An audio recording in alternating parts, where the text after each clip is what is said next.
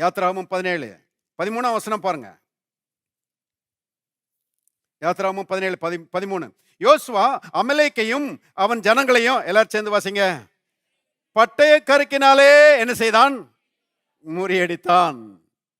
யோசுவா ஜனங்களை பட்டய கருக்கினாலே முறியடித்தான். அந்த பட்டயம் எதுக்கு அடையாளமா இருக்குது? அதுவும் தேவனுடைய வார்த்தை தான். என்ன எல்லாம் தேவனுடைய வார்த்தை தானே? ஆமா.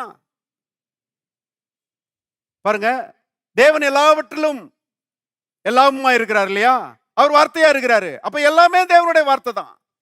தேவனுடைய வார்த்தை அருமையானவர்களே, நாம் நினைப்பதை பார்க்கலாம் மிகவும் விலையேறப்பட்டது, உயர்ந்தது, வல்லமை உள்ளது, பெரியது என்று கர்த்தருடைய ஆவியானவர் நமக்கு சொல்லுகிறார். ஆண்டவரே, உம்முடைய வார்த்தையை மதிக்கக்கூடிய ஒரு உள்ளத்தை எனக்கு தாரும்.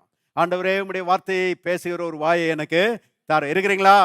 பாருங்க, ஆண்டவரே, உம்முடைய வார்த்தையை சிந்திக்கக்கூடிய மனதை எனக்கு தாரும். மீன் தண்ணிக்குள்ள வாழுகிறது போல நாம் வார்த்தைக்குள்ளே வாழும்படி கர்த்தர் நம்மை அழைத்திருக்கிறார் என்பதை தெரிந்து கொள்ளுங்கள் அருமையானவர்களே.